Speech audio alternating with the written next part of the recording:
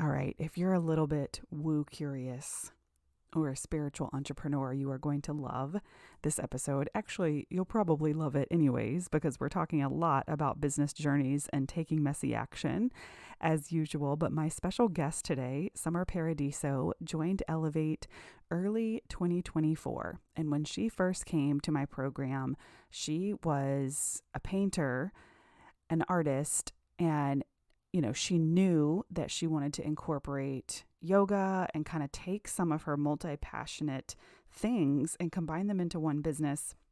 But we weren't sure what that was going to look like.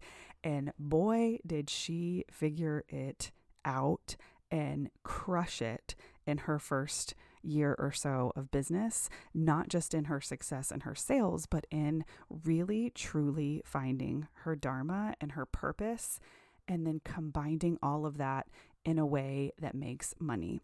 And if you're new here, this really is the secret sauce of what I do, is helping people find or align their truest, highest purpose with the things that they're good at and with the things that actually make them money. So we have those three things that we want to work together, and that is where the magic happens. And Summer has done such a good job putting all these pieces together.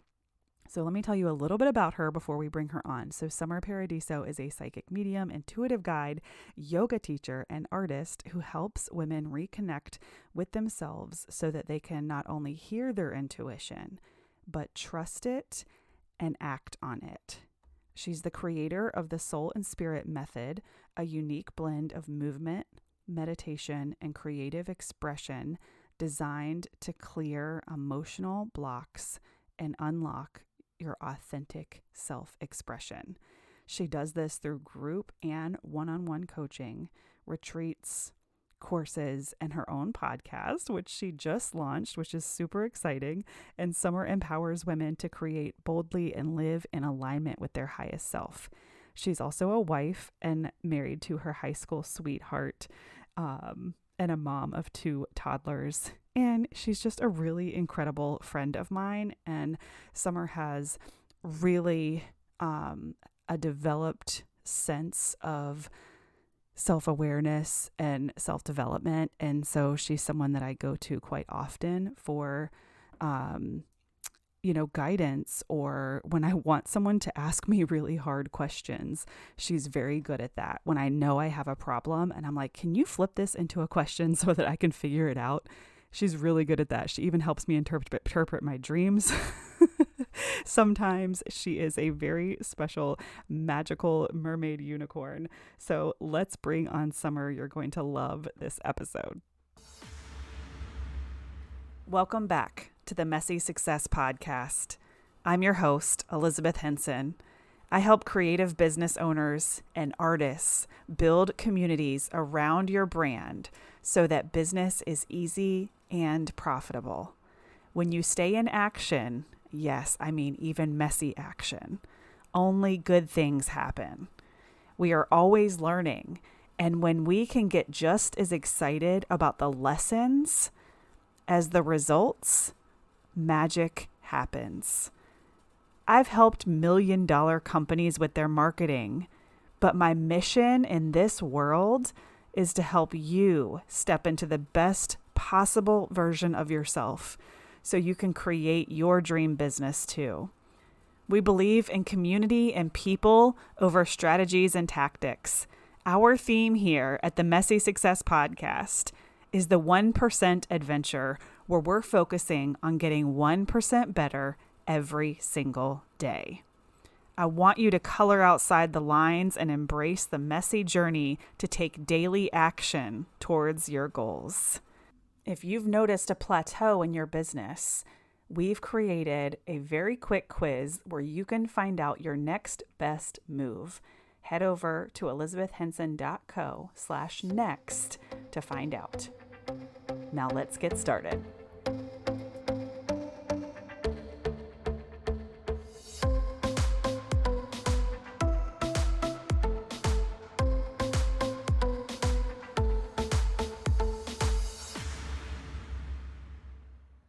All right. Hello, Summer. I am so excited to have you here. I feel like this podcast episode is so overdue. So I've told everyone a little bit about you in the more formal way, but I want you to tell them like who you are and who you help. Hi, everyone. I am very excited to be here. And yes, this is very overdue. I am a mother, I am a wife, but more specifically to my business is I help women reconnect with their intuition through movement, meditation, and creative expression. And I call this Soul in Spirit, which is my business.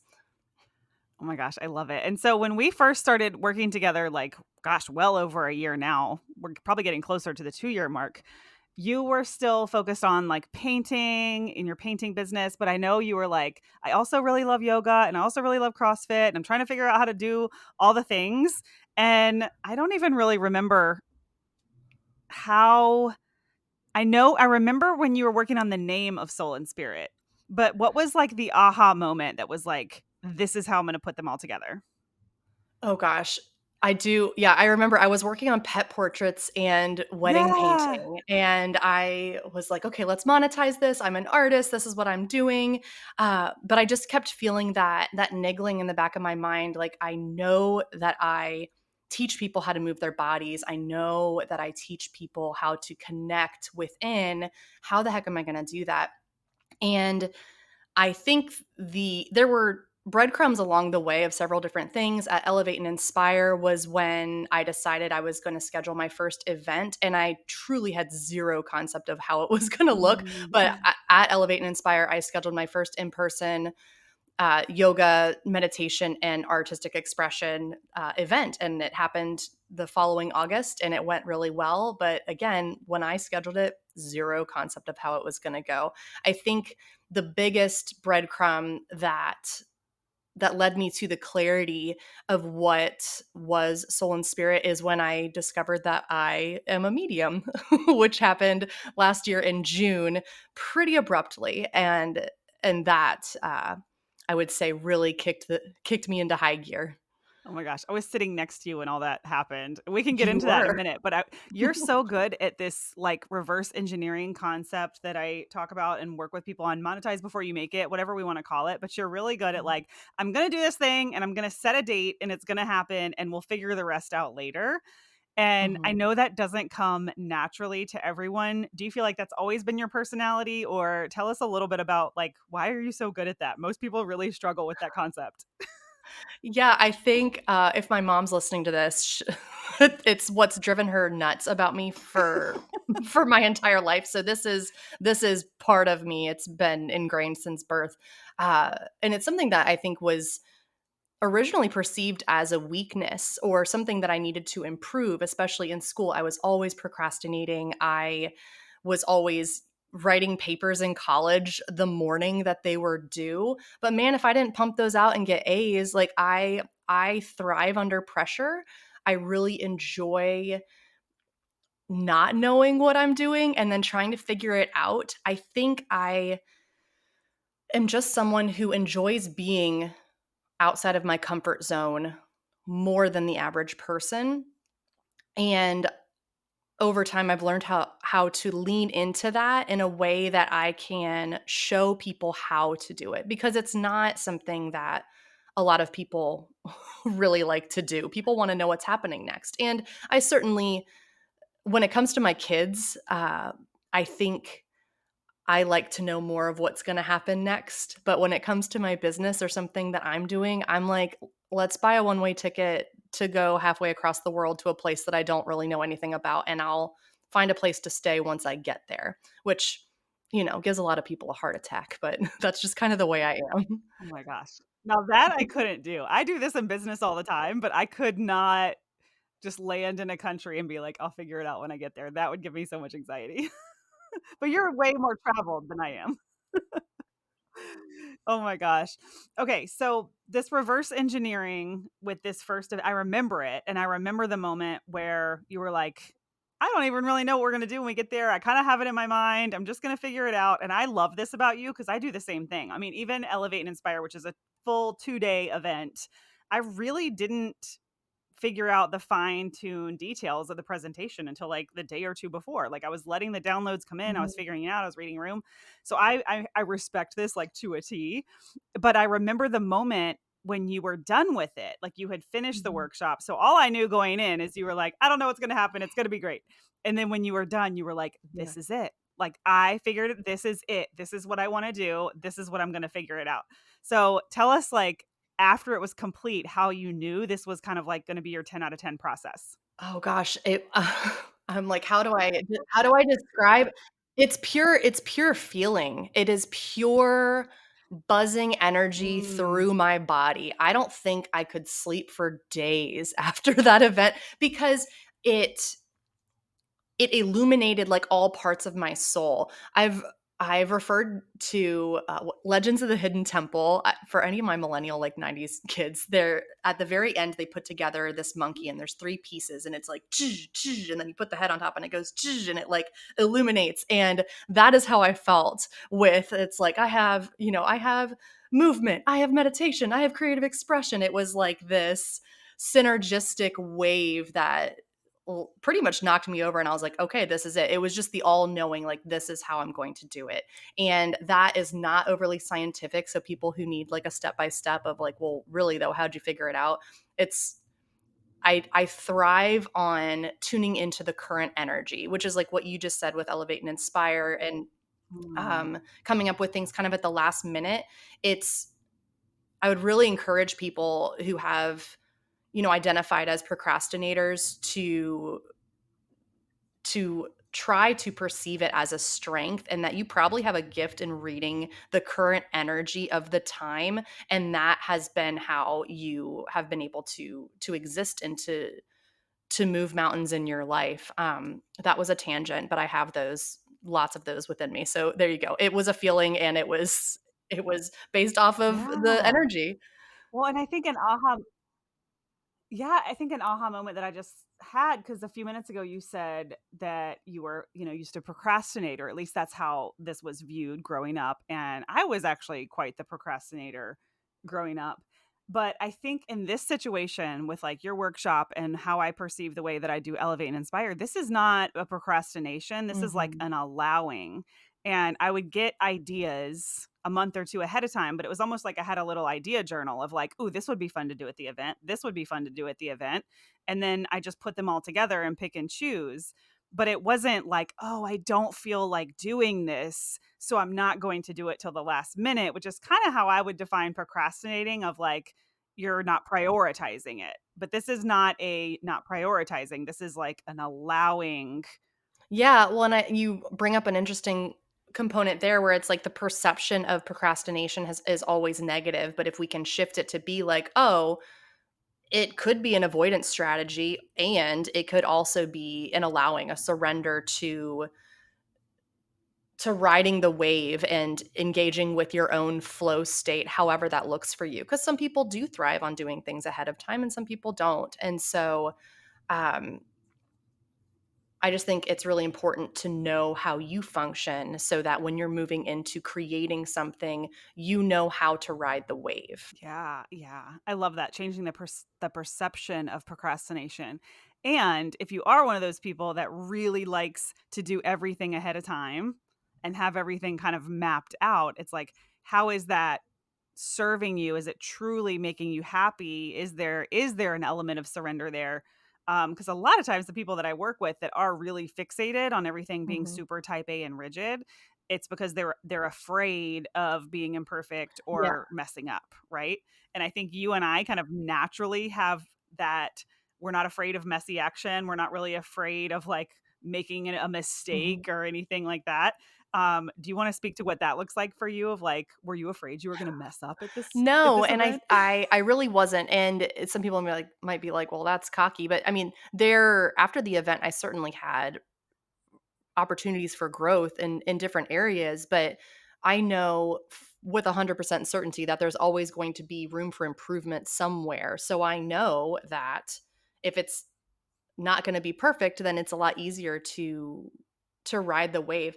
And I think, I have a background in the education system and teaching, and I think that really prepped me and taught me how to lean into riding the energy. Because if anyone's been inside of a classroom, you know that if you show up with a lesson plan that you're trying to do, but like you get this, like if you're trying to do everything step by step exactly to a T and the kids are just not vibing, it is exhausting. It is not fun. It is no one's having fun. No one's learning. Everyone's cranky. Everyone needs more coffee. Like we do this to ourselves. It's like we put ourselves into the societal norm of pushing through.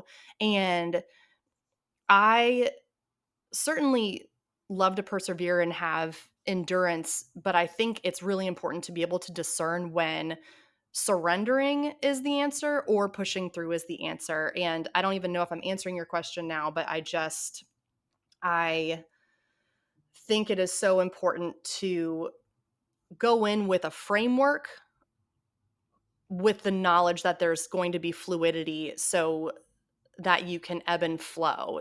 And oh, you asked if it was like knowing that it's going to be imperfect. But yeah, like knowing that I can ebb and flow Yeah. imperfectly makes it easy. If I have a rigid idea, that's when you set yourself up for Yeah. disappointment. Oh my gosh, yes. Or like a super strict itinerary, and then all of a sudden you're 15 minutes off and now the whole thing is off. I used to see that in weddings all the time. Like the Oh, most successful weddings were the ones that had a very loose itinerary with buffer and space. And then the ones that always, went awry was because every single moment was planned out. And then you have one spill or one bathroom break and like yeah, everything and can it's be that thrown off. clenching that's a palpable energy that everyone can feel. And I think, that's if you think back on your favorite teachers as a kid or your favorite leaders, they all hold this element of fluidity, this element of ease in authenticity. Nothing is forced. I think that is such a notable Yeah. characteristic of at least anyone that I hold in high regard. Yeah, it's just finding that perfect balance because I've also been to events that are so loosey goosey that like we're all just sitting around chatting and I'm like, Yeah. are we going to get Yeah. started? Right? So it's like that combination of like you want to Mhm. always manage expectations. If we're running behind, let's let everyone know. Anyway, I'm Yeah. like, we could get into this rabbit hole for a long time because I love talking about hosting events. So when you did this first Soul and Spirit event, it was yoga, it was movement, it was Yeah. meditation, and it was creativity, right? You hadn't incorporated the mediumship yet. No, I was still a closet Okay. medium at that point. Although I think a few people in that group knew that I had connected with spirit, but yeah, I was a closet medium, I was Yeah. not out yet. Okay. So you left this and you were like, I know this is the thing. This is what I want to do. You had the feeling. This is how I love talking about Dharma because it is truly a feeling. My first question, and then we'll get back into the mediumship stuff, is what made it feel different than when you were doing the pet portraits? Because you loved that the same way that I loved photography, but there's a different feeling when you kind of get into this all knowingness. Oh, it's that resonance, and it's like you don't know it until you feel it. What an annoying answer, right? Like, okay, cool. Like, that's so annoying. Um, but it's just like when you get it's like when you're If trying to describe meditation to someone and getting into this altered state of consciousness and feeling completely euphoric.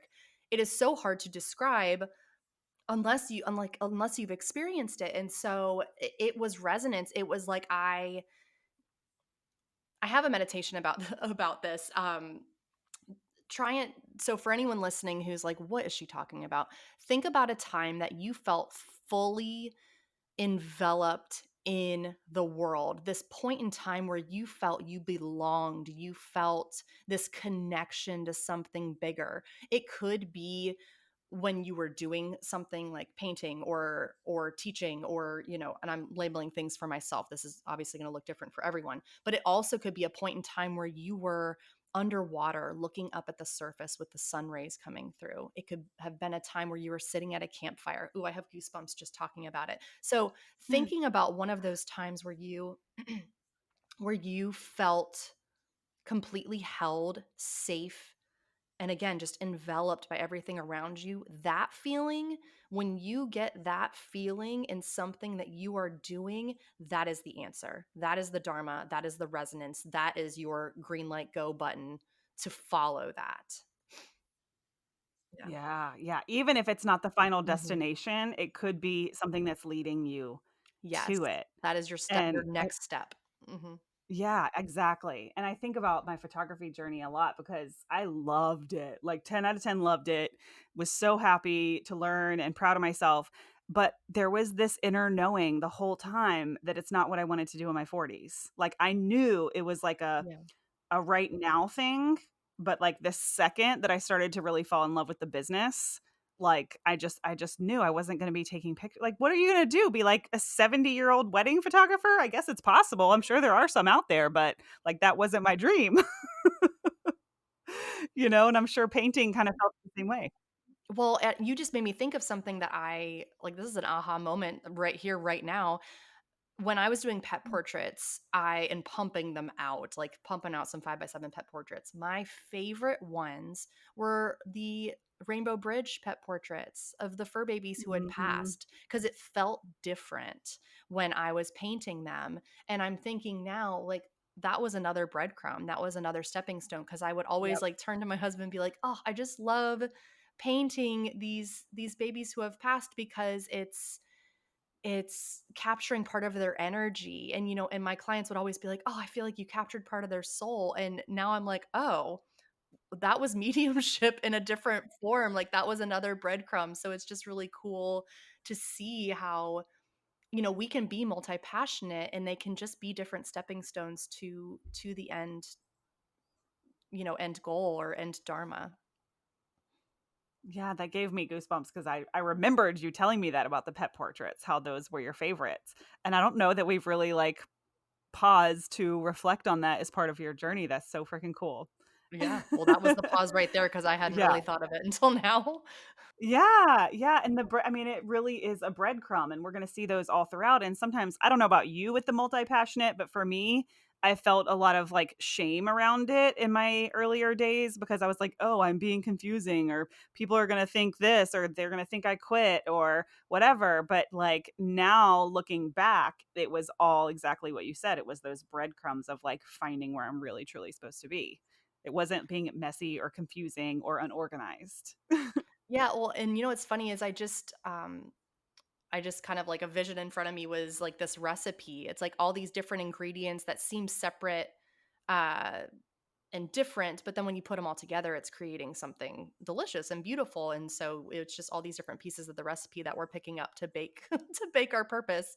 Uh and I don't like I certainly have had people say things about me being multi-passionate or like, "Oh, you're doing this now. Oh, you're doing this now." And I think I left a lot of my F's with that. I think I've left those to the wayside just cuz I want to do what makes me happy, and I want to um do things in joy. And if I'm not doing something in joy, then no one's having fun. If you know what I mean? Like so um Yeah. I live a very privileged life, and I understand that I've had a lot of opportunities to expand beyond my borders with less fear than others. And so I do want to acknowledge that. And I will say that I make scary choices on a daily basis because it is important to me to live authentically and in my own joy. So, Yes, and I wanted to kinda talk about the polarity to this, because I'm kind of having a realization moment too. My coach always says, James always says, like, your business isn't here to entertain you. And how you really mhm, build a sustainable business is by doing things on repeat.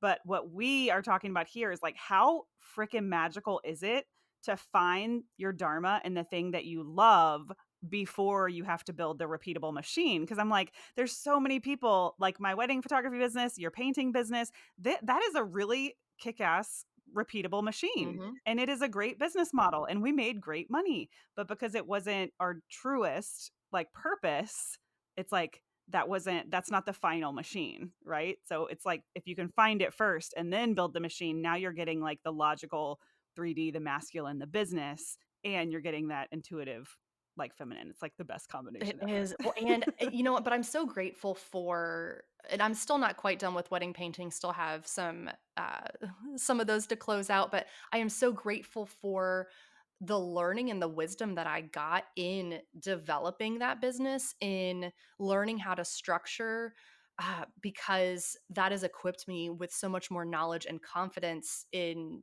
kind of engaging in these masculine structures. I say engaging because we, for anyone who needs to know, like, I don't love following rules. That's why public school system did not work for me. I uh, Maybe there's room for growth and structure for me. Maybe I'm doing it right. Who knows? But I did gain a lot of wisdom from, my painting business, my wedding painting business, and the things that I've done in the past. So I'm grateful for those stepping stones, and I'm grateful that now I have a repeatable pattern that is in fact my dharma. So, And whenever stuff isn't working in my business now, I always go back to how I built the photography business because it was very straightforward and very simple. And what you and I are selling now is more in the realms of like mhm. transformation. So it's not as visual and product based, service based to just be like, oh, you hire me and here's your painting. You hire me and here's your picture. We're selling a transformation, a feeling, a knowing, a learning, a practice, an embodiment, and that's not as straightforward to sell. So anytime I get stuck and in my head and um, yeah, you're so right that you can't show, like, this isn't like an anti-wrinkle thing where you can show like the before and then the after of the transformation. Like, you can, but there's so much more with messaging and describing, what it is that I do. Even just trying to describe what I do to, like, my in-laws is challenging because they're like, "Wait, what? Like, what are you doing?" Mhm. Uh, and so there's just more for us to lean on in terms of messaging and communicating what we can help you achieve and do in your life, as opposed to being like, this is a painting of you at the altar with your new spouse, congratulations. Like, you know uh so yeah, there's more challenge there, but way more fun in my opinion. Way more fun. It's more rewarding. It's just Mhm. different. Okay, I do want to make time to tell the medium story because I was sitting right next to you when you kind of figured out that you were a medium, and it wasn't like fireworks went off. Like you kind of went home and reflected and like had a moment while we were sitting there in your journal. But do you want to tell everyone, A of all, like just that moment for you, and then how you're now incorporating that into this soul and spirit Yeah, process? so it was a girls' night out, and we were waiting for there was a medium there, and we were waiting for her to do readings, and she was kind of giving her mediumship spiel. And I checked out because I was like, I know what a medium does. I've always been really interested in it, and so I picked up my journal and started writing. I would look at someone in the circle, and then I would write something next to their name, and then I just kept writing going around the circle. I just fully checked out. I had no idea what I was doing. It was kind of an out of body experience. And then when the medium started going around from person to person, she was literally saying, and you saw this because I was like, what's going on? She was saying the things that I wrote down. And granted, I only wrote like one or two lines, but they were so specific that she repeated them. I was like, okay, there's something here. And I raised my hand at the end, and I was like, so what do I do with this? And she said, you can choose to use it or choose not to. You can work on it. Like, this is a skill to develop, it's a muscle to strengthen. And so I obviously went home and was like, what just happened? Okay. Um, and it was the following week though that was the reinforcing um kind of last bit that was like, this is what you're supposed to do. Was I had a painting that I had not it was a commission of a little boy who had passed away, and I had avoided doing it for about a Mm. month because it's hard. And so I had kind of avoided it, and I was like, you know what, I got to sit down, I got to paint this little boy because they're waiting for me to finish this painting. And as I started painting, I have goosebumps every time I tell this story. He started talking to me, and I felt him come up from behind me and grab my waist. And I was like, okay, like, I know I have a pretty good grasp on reality. I'm really grounded. I was like, I know where I am right now. This is happening. And so I sat down and I journaled, and I wrote down a bunch of stuff that he was telling me. And I wormholed on Facebook to look at some of the pictures of him, which it sounds kind of creepy, but it was really great. Like, looking for this validation, like, is this really happening? Is this little boy really talking to me right now? And I went down, and there were numerous pictures that with very specific like clothes, like things that like he was eating in the pictures that confirmed the things that I had written down. And so that was when I just kind of like broke my chest open and I was like, okay, like what am I doing? Like, okay, spirit guides, like tell me what I'm supposed to be doing here. And the way I started to essentially deep dive into developing this skill, I joined lots of Facebook groups and online like Zoom rooms where we would do mediumship practice to really be able to understand how it worked and how I communicate with spirit. And in the process of developing this mediumship muscle, I it just started seamlessly weaving itself in. I started using this connection to source because I connect with source, highest self, spirit guides, and then people's past loved ones to deliver messages of love, light, and healing. And it's oftentimes that the messages that the people that my sitters get are the messages that they probably don't want to hear, but they need to hear to start moving mountains in their life. It's Mm. I tell the people before I do a reading, like I go hard, fast, and deep. Like because we just get straight to the nitty-gritty of what's holding you back. And so readings are beautiful because people get to connect to past loved ones that maybe they haven't closed up relationships with or really needed to hear something from them. Um, but then there's always like these actionable steps to take afterwards. And that's how it really works well with my soul and spirit program because the program is to remove emotional blocks that are essentially clouding your connection to self, clouding that connection to your intuition. Mm. And a right now, especially in the crazy world that we're in, a lot of us are disconnected from our intuition. We're wrapped up in our anxiety voice, and so it's really important to connect back to intuition and not just hear it, but trust it so we can act on it. And so it's Mhm. the mediumship, the intuition, all of it is interwoven into soul and spirit. And again, it was a feeling. It started weaving itself in there by it as I practiced. It wasn't even that intentional. It just kind of happened, which is the best way, apparently, for me. I'm like, now that I think about it, I don't think there was like a sit down moment where you were like, now I'm going to incorporate my mediumship into this process. It just kind of evolved that way, that this like spirituality practice and connecting to source sort of incorporated itself into your process. And Yeah. that's been really cool to see. Yeah, and I think, I feel like spirit's telling me to say this for those of you for those who are listening who are like, I need at least one actionable step here. Like this chick is woo woo, like that's great for her, but like I don't how do I move forward? Like, well, you could book a reading with me. And I, I have a daily meditation practice that is non-negotiable. And that is my time to sit quietly. And sometimes it's me sitting quietly thinking about my to-do list. And I'm actually doing my own podcast next week on like what meditation actually looks like for people. Um, but that's what connects me. That's what guides me. That's what allows me to surrender. That's what brings me the wisdom of like, oh, this is what I can do with this component of my business. Like it really is non-negotiable for me to feel completely sane as a business owner, as a mother, as a wife, as a human. That is necessary. And it could even be 2 minutes on a wackadoo day. So I would say start there. Meditation practice. Yeah. And you almost like just put words to, I feel like my favorite way to get clear on my to-do list is in silence Mhm. meditation, basically disconnecting from anything that could be just like coming at me in like the daily 3D, and just allowing myself to think Yeah. clearly. Like, I don't know how else to say it. It's like, I need time to think. I need space to think.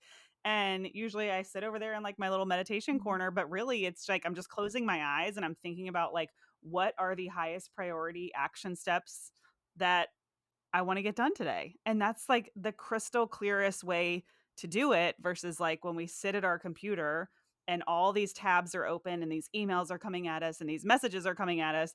That's like more reactive. So like our logical thinkers are like, oh, that's just proactive and reactive.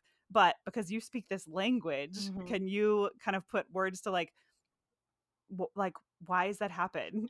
Like, I'm not looking at a list. I'm just closing my eyes and I'm getting the list. Well, I will say kind of what you're doing, I would say is a brain dump, and I often do that before my meditation practice where I will write down my to-do list or literally everything that is in my brain driving me nuts. I will write it down in my notebook, and then there is clarity and space in my brain to receive wisdom from source, Mm, guides, whatever, because and that's I think a number one thing for people to do is empty your brain of all the crap that's in there because there's no space to receive any wisdom if yeah. you're thinking about all the things. So just sit in quiet and write all of it down and then sit in quiet for 2 minutes more and see what comes.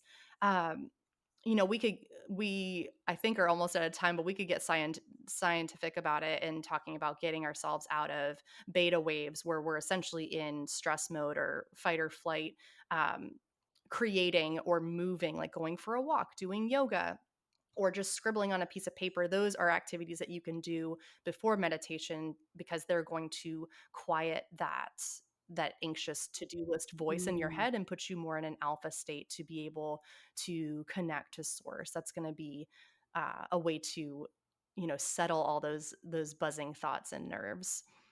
Yeah. Oh my gosh, that's really beautiful. Cause I'm always like, oh, I didn't have any like wild downloads today. And I'm like, ooh, maybe this is what I need to do is I need to dump Hmm. first, right? Get it out first and then kind of have a part Yeah. two with the clear brain. I love that. That's my action There it item. is. Thank Yeah. you. I love it. Okay, is there anything else just that you feel called to share about what this looked like as far as finding your dharma, setting up soul and spirit, how that lights you up, and then of course we'll share like how people can actually learn more about it. But is there anything else about your specific journey that you feel called to share? Without getting into too many details, because that would be a separate tangent, is just the lowest times of my life were the most informative on my dharma. Mm, And that is mhm. a pretty broad statement. And I think it is something that everyone needs to look at. And so, again, if you need an action item, I think people who are drawn to me or and work with me often want action items, which is funny because I'm like, wait a second, But another action item for you is to write down bullet points of some of the lowest parts of your life or the parts of your life that were the most challenging or where you felt like you were trudging through mud, and brain dump on that. Write down all the things that you remember, think about it, and it's hurtful. You're like tilling up some stale soil with that, but when you till it up and put it down, you can then look at the things that were perceived as negative and then just flip it. What's the positive? Mhm. So for me, an example would be when I left everything. I left my career as a teacher. I left my relationship. I left my cat. I left my house. I left everything to move across the world, for happiness, for for my purpose that I said. And in doing that, in shattering everything, I realized that it all was still within me and that I was the creator of my joy. I was the creator of the Mm. beauty, and my dharma was to show people how to do that for themselves. But it took me doing all that in order to discover uh, that piece of wisdom. And so, I think looking really deep into our traumas and our low points is going to be really informative. Yeah, no, that's so good. I mean, every breakdown has a breakthrough, Yeah. but you can even look at things that happened a long time ago and like what is it that was not aligned? Yeah, cuz what we don't want tells us just as much, sometimes even more about where we want to go, right? Oh yeah. Well, and I If we think know what we don't want. on a more surface level, I realized quickly with wedding painting, like, oh, I do not want to be out late on weekends. I want to be in bed at 9 p.m. I don't want to be next to a DJ with loud music because I am old. I want, I don't want these things. So that means that I won't do this. So, that brings more Yeah. clarity. Oh my gosh. Yeah. Same, same. I had one too many weddings out till midnight. Yeah. I was like, "Oh my gosh." Okay, so now, of course, I know what everybody's waiting for. Tell them how they can learn more about Soul and Spirit, how they can find you, all that good stuff, and what's coming up next for you. So many things, so I need to keep this brief. I have a new website that I am so excited about. It is soulandspirit.com, and I know you guys will link it in the show notes, but on there literally has all of my offerings. I have one-on-one offerings, group offerings. I have my 15-minute or 60-minute readings if you're interested in just a little sneak peek of the mediumship and connecting to source. I do have my next round of Soul and Spirit 8-week transformation coming up this fall. So if you pop into my website, you can sign up for the waiting list there. And I am very active on Instagram and now proudly TikTok. so I know. Oh my God, you're doing so so if you guys, awesome. and they're very different. I show up differently on Yeah. both, and not, I say differently, like just different forms of authenticity. TikTok is where I get real weird. Instagram is a little bit more. My parents have access to my Instagram. We'll just say that. so but I'm active on both. I would love to see you guys on there, comment, ask questions, and pop over to my podcast, which is pretty new, which is Soul and Spirit. And I post twice a week with meditations on there as well. So if you want a taste of what a meditation with me would look like, then my midweek episodes are free meditations. Okay, so Soul and Spirit, all the places, Summer Paradiso on social, Hmm. right? Yes. And yeah, I mean, I think that's awesome what you said about TikTok and Instagram because they're different platforms too. It's like we really shouldn't be showing up the same. TikTok doesn't like, pretty and curated. It wants that kind of like raw authenticity. And I love how people can ask and get questions answered so seamlessly on TikTok. I think that's one of the coolest features. Yeah, so go ask me a question, y'all, because I need people to do that so I can answer them and ask Yes, weird I questions. I know. don't care. I'm all for it. Let's do it. Let's do Yeah. it. Okay. Thank you so much. This was so fun to catch up and just do it live on I air. know, right? Okay. Well, thank you for having me. It's been an honor, and I'll talk to you probably in 5 minutes. Yay. Okay, cool. All right, don't forget that you can check out Summer at soulinspirit.com. That's SOULIN spirit.com. Her brand new website. It looks so good. I'm taking a peek at it right now. It is absolutely beautiful. Summer Paradiso on Instagram, all the places. We're going to put everything in the show notes for you. This is episode 198. I can't believe it. 198. So elizabethhenson.co/E198. I cannot believe it. Episode 198. This is really exciting. I'm sorry I keep repeating it. I'm just so excited that we're almost to 200 episodes.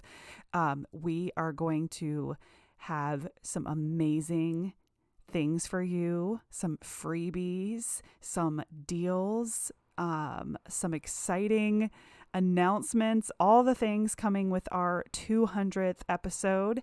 And I'm going to go ahead and tell you where that's going to live. I have not linked anything up yet as I'm recording this a week before it's going to be live, but we're going to make the URL elizabethhenson.co/celebrate200. elizabethhenson.co/celebrate200.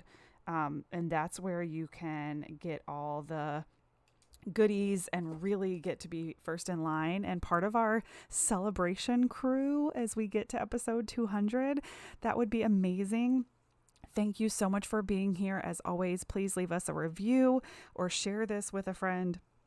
If you loved listening to Summer, go say hi to her. Let her know that you listen to the Messy Success podcast, all that good stuff. It really means the world. We are going to be stepping up our game and rebranding YouTube to be specifically for the podcast. And this is so exciting because we have already seen our statistics on YouTube skyrocket, and all I've done is put the audios over there. So imagine once we start getting video over there.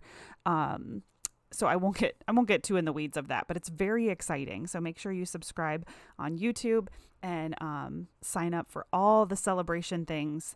And thank you. It truly means the world to me that you're here. I burst with gratitude all the time. Every little message, everything really, truly touches my heart. So you guys are the best, and I'll see you soon.